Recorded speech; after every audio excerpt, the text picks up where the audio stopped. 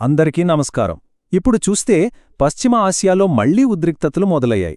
కాని అక్కడ రాజుకుంటున్న ఆ సంఘర్షణ సెగలు మన ఆర్థిక వ్యవస్థను ఎలా తాకబోతున్నాయి, అసలు దాని ప్రభావం మన మీద ఎలా ఉండబోతోంది? ఈరోజు మనం భారతదేశం ఎదుర్కొనే అవకాశం ఉన్న ఒక పెద్ద ఆర్థిక ముప్పు గురించి మాట్లాడబోతున్నాం. దానిపేరే స్టాగ్ఫ్లేషన్. స్టాగ్ఫ్లేషన్ అంటే ఏంటో చెప్పడానికి ఈ మాట కంటే పర్ఫెక్ట్ నిర్వచనం ఉండదేమో. ఒకేసారి ఆర్థిక వృద్ధి ఆగిపోవడం, అదే సమయంలో ధరలు మాత్రం ఆకాశాన్ని తాకడం. ఇంతకంటే దారుణమైన పరిస్థితి ఊహించుకోగలమా? సరే, ఈ క్లిష్టమైన సమస్యను మనం పూర్తిగా అర్థం చేసుకోవాలంటే ఈ 5 ముఖ్యమైన అంశాలను ఒక్కొక్కటిగా వివరంగా పరిశీలిద్దాం. ప్రపంచం ఇలాంటి పరిస్థితిని ఎదుర్కోవటమనేది ఇదేమీ కొత్త కాదు. స్టాగ్ఫ్లేషన్ కథ దాదాపు 50 ఏళ్ల క్రితం 1970లలో మొదలైంది. అప్పటి చమురు సంక్షోభాలే దీనికి పునాది వేశాయి. ఈ నెంబర్లు చూస్తుంటేనే మనకు ఆ పరిస్థితి ఎంత భయానకంగా ఉండేదో అర్థమవుతుంది కదా. ఉదాహరణకు యూకేనే తీసుకుందాం.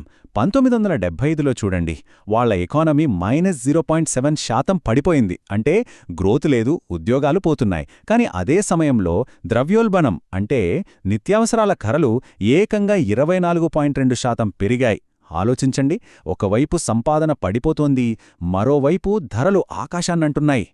మరి ఇంతటి విపత్కర పరిస్థితికి కారణమేంటి? పశ్చిమ ఆసియా కేంద్రంగా జరిగిన 2 ప్రధాన సంఘర్షణలు. అక్కడ మొదలైన యుద్ధాలు ప్రపంచవ్యాప్తంగా చమురు సరఫరా వ్యవస్థను కుప్పకూల్చాయి, ప్రపంచ ఆర్థిక వ్యవస్థలని తీవ్ర సంక్షోభంలోకి నెట్టేశాయి.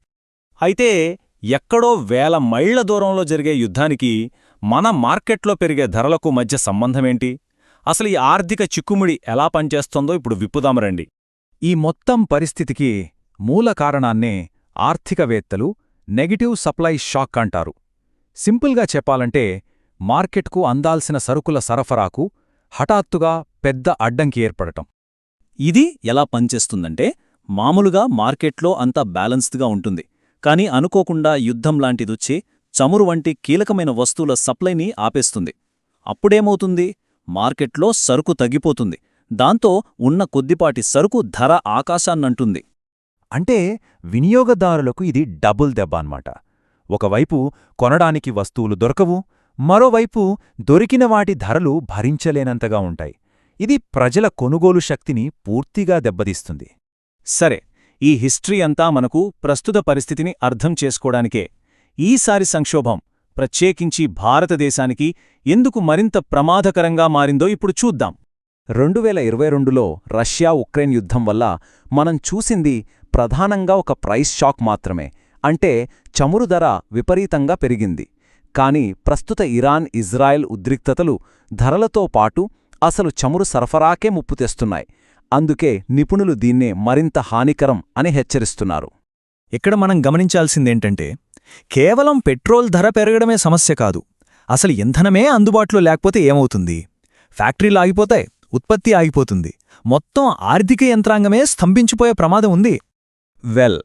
1917లో పరిస్థితి వేరు. అప్పుడు ప్రపంచ ఇంధన సంక్షోభం వచ్చినా అది మన ఆర్థిక వ్యవస్థను ఇంతలా కుదిపేయలేదు. ఎందుకంటే ఈరోజు మన పరిస్థితి పూర్తిగా మారిపోయింది. మన వ్యవసాయం మొత్తం రసాయన ఎరువుల మీద ఆధారపడి ఉంది. అవి సహజ వాయువు నుంచి వస్తాయి. ఇక ప్రతి ఇంట్లో వంట గ్యాస్ వాడకం ఉంది. మన పరిశ్రమలు ప్లాస్టిక్స్ లేకుండా నడవవు. సో ప్రతి రంగం ఇంధనంపైనే ఆధారపడి బతుకుతోంది. ఈ ఆధారపడటమే మనల్ని ఇప్పుడు మరింత బలహీనంగా మార్చేసింది. మరి ఇంతటి తీవ్రమైన సమస్యకు పరిష్కారం లేదా? ఇక్కడే అసలు చిక్కు వచ్చిపడింది.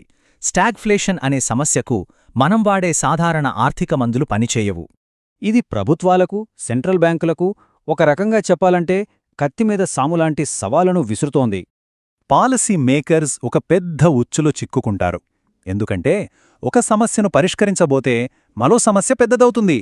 ఉదాహరణకు ధరలు తగ్గించాలని వడ్డీ రేట్లు పెంచారనుకోండి, అప్పుడేమవుతుంది? ఆర్థిక వృద్ధి పడిపోతుంది, ఉద్యోగాలు పోతాయి. సరే, వృద్ధిని కాపాడదామని ఖర్చు పెంచారనుకోండి, అప్పుడు అప్పటికే మండిపోతున్న ధరలకు ఇంకాస్త ఆజ్యం పోసినట్టవుతుంది. చూశారా? అటు వెళ్తే గొయ్యి, ఇటు వెళ్తే నుయ్యి అన్నట్టుగా ఉంటుంది పరిస్థితి. ఇక్కడ ప్రాథమిక సమస్య ఏంటంటే, మన దగ్గరున్న ఆర్థిక సాధనాలన్నీ మార్కెట్లో డిమాండ్ను కంట్రోల్ చేయడానికి తయారుచేసినవి. కాని స్టాగ్ఫ్లేషన్ అనేది డిమాండ్ సమస్య కాదు, ఇది ఒక సప్లై సమస్య. అంటే వ్యాధి ఒకటి, మనమిచ్చే వైద్యం మరొకటి అన్నట్టుగా ఉంది. ఇది మన ముందు ఒకే ఒక కీలకమైన ప్రశ్నను మిగులుస్తుంది. ఈ ఆర్థిక తుఫాను మన దేశాన్ని పూర్తిగా తాకక ముందే దెబ్బతిన్న ప్రపంచ సరఫరా వ్యవస్థను మనం బాగుచేయగలమా, లేదా మనం మరో తీవ్రమైన ఆర్థిక సంక్షోభం యొక్క పరిణామాలను ఎదుర్కోవడానికి సిద్ధంగా